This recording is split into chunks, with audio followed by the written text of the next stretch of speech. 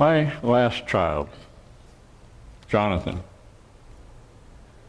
who's now a man of 21, struggling to finish college and to begin his dream of being a writer, much to my surprise and delight. For most of his young life, he was a hockey player, until an injury in high school led him to decide to hang up his skates. I still remember taking him, when he was a boy of 3 or 4, to ice skating lessons and being surprised at how much time the instructor spent on teaching the kids to get up. And as I learned, you fall a lot in hockey, so you always are getting up. And hence the first thing you do with the stick is learn how to lean on it to pull yourself up. It's a lesson that I think about really quite often. But the lessons of standing up on ice now not only seem to be serving my son well as he merges into adulthood, but they become for me a memory about how we look between the lines and words of Scripture to be reminded that faith is not about being perfect, despite what so many think, but it's about how we get up from the many stumbles along the way. I'm going to see if I can lay this back down without it falling over. With pain and suffering, for instance, the psalm that I just read assures us that as much as weeping may consume us at night, joy does indeed come in the morning. I often find myself encouraging grieving families to cherish the joy of the time they had together with their loved one rather than succumb to the pain of time lost. And when we don't know where else to turn, an affliction that comes to all of us at one time or another. Mark's parables about the hemorrhaging woman and the synagogue leader whose daughter is dying tell us that deliverance is available if we would only believe. We would only have faith. Simple, perhaps, but yet more complex than it may appear, because to believe, to truly believe, means to unlearn what we think of as believing. Let that sink in for a moment. It means learning to get up all over again. But to learn to get up again and again means more than having a good hockey stick to lean on. It means picking up a different tool and relearning what truly punctuates our life of faith. For what defines our faith is not how well we follow the rules, but in how deeply we trust the one who calls us to get up. Allow me to illustrate. And Doug, if you would mind just advancing the slide. Allow me to illustrate by drawing your attention to the rubric of our national church setting, the United Church of Christ. Now, most of you, I'd say probably half or more of you, are old enough to remember the Burns and Allen comedy show on radio and later on television. Well, when the always disingenuous Gracie died in the early 1960s, decades before her always cigar-chomping husband, George went into her home office to sort through some things. And atop her desk, he found an envelope that was addressed to him. And when he opened it, he found this note, which read, "George, never place a period where God places a comma." never place a period where God places a comma. Now, little could Gracie, who was often characterized as a prototype of a dumb blonde, but who was exceedingly smart and intelligent, little could Gracie have known that her dying advice to her husband would become a tagline for our denomination, the United Church of Christ, where not only do we believe that God is still speaking, but that we should never place a period where God has placed a comma. So why a comma? What's that all about? What does a comma have to do with getting up again?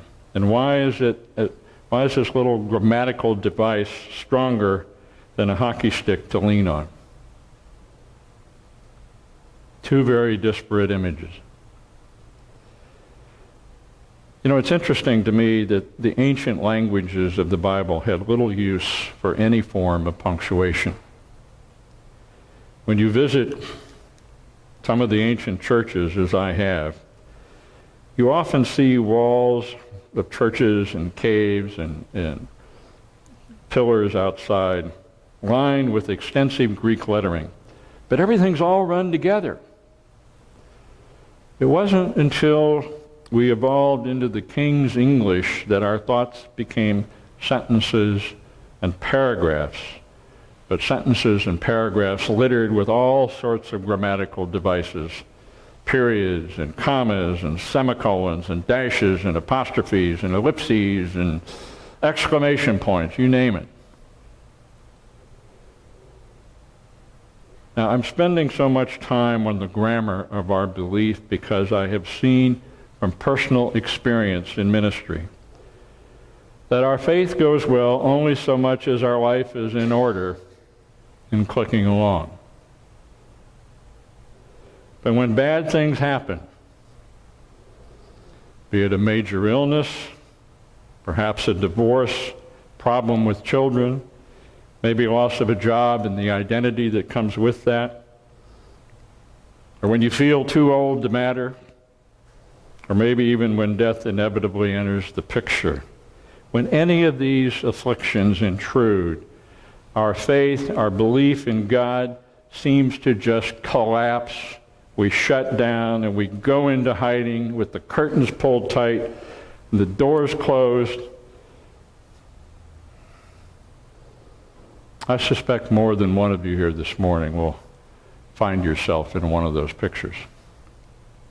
When bad things happen, we tend to put a period in the sentence or the paragraph of our story, as if to say, that's all she wrote, I'm done, period.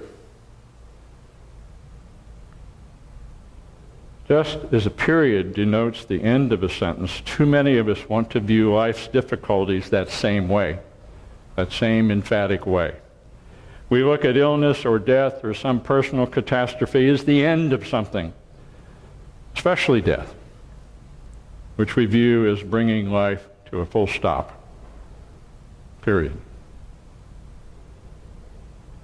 But the blessed comma is something else altogether.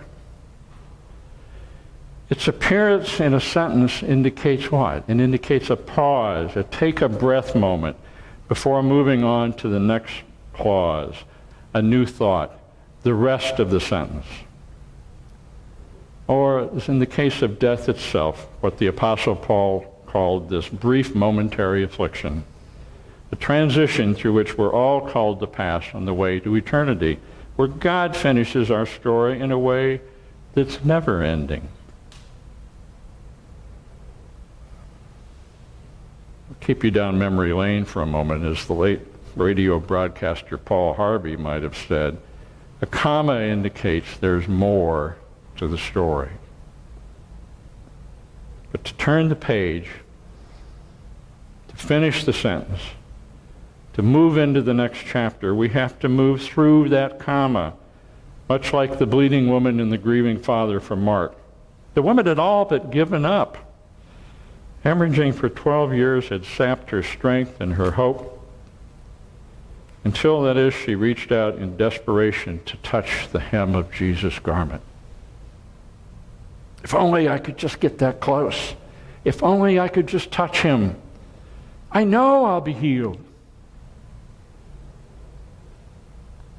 And of course, in Mark's inimitable way of using one story to interpret another story, when Jesus stops in the midst of the crowd to assure the woman she has been made whole again, what happens?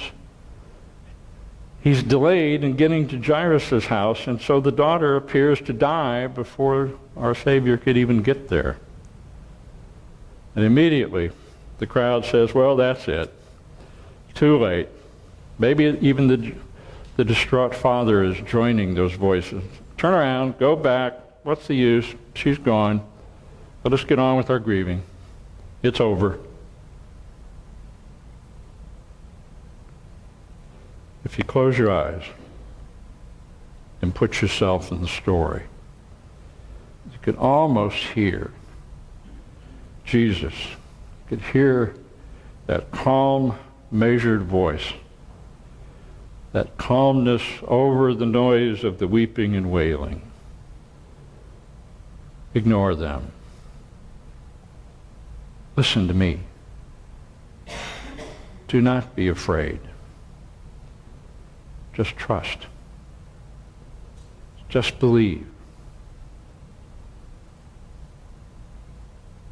Or in today's language, he might have said, I've got this. The story moves from a period to a comma in one moment, one dramatic moment, when Jesus commands in his native Aramaic, Talitha kum, little girl, get up. Imagine that moment. You're the father or the mother in the room. Imagine what that must have felt like. But hear this. This isn't some long ago ancient story of healing. If you imagine yourself in the place of that little girl, as Jesus is speaking so confidently to you, taking your hand, telling you to rise up. In the Greek, it's the same word used on Easter Sunday, to rise.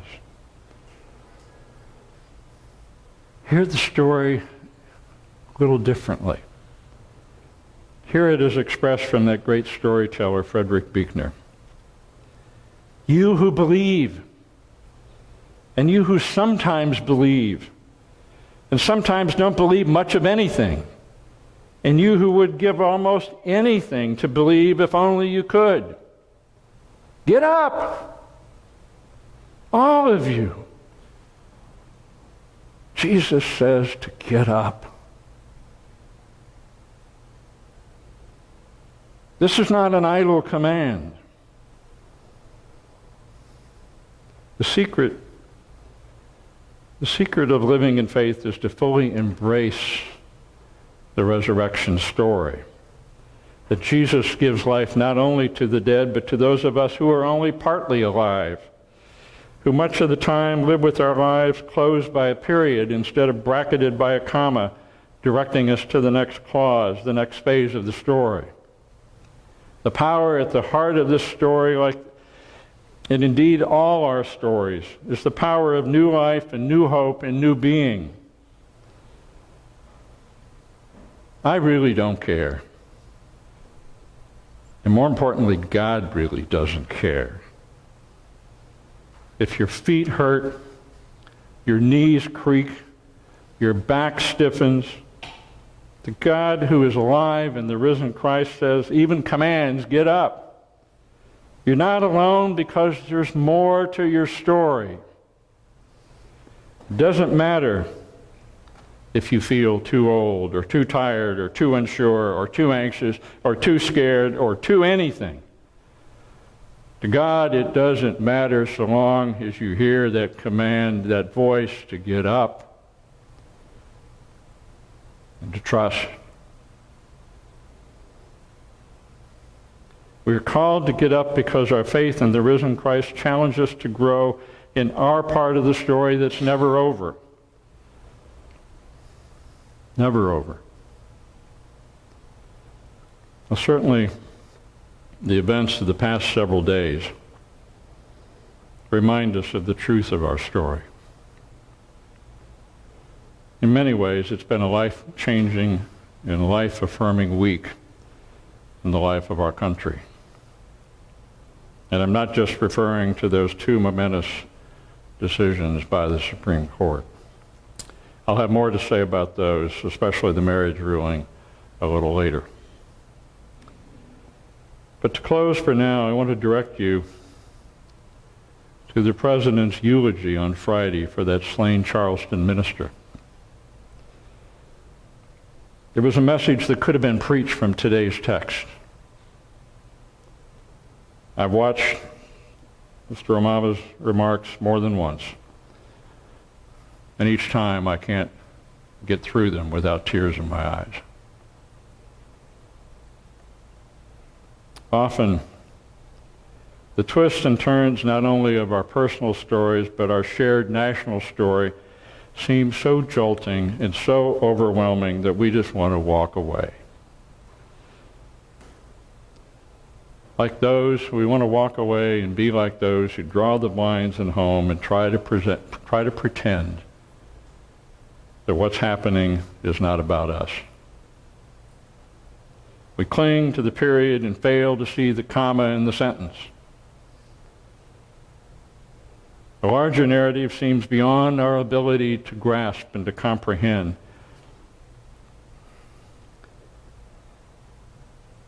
But even when nothing seems to make sense, I think the President hit the nail on the proverbial head when he pointed to the one thing we can all do, and that is we can get our own paragraph right. We can get our own sentence right. And when we do that, one sentence and one paragraph at a time, following the comma into the next clause and the next phrase, we may then begin to see the larger picture. We may then begin to see the rest of the story. So, my friends, I invite you. Let me say, I challenge you in the most emphatic way possible to lean on the comma God has placed into your story and get up and get moving to the next comma and beyond. For our story, yours and mine, and indeed this church's story, is not somewhere at the end of a period. I am not done. You are not done. And we are not done. To lean on the comma and get up and follow your story. Shalom and amen.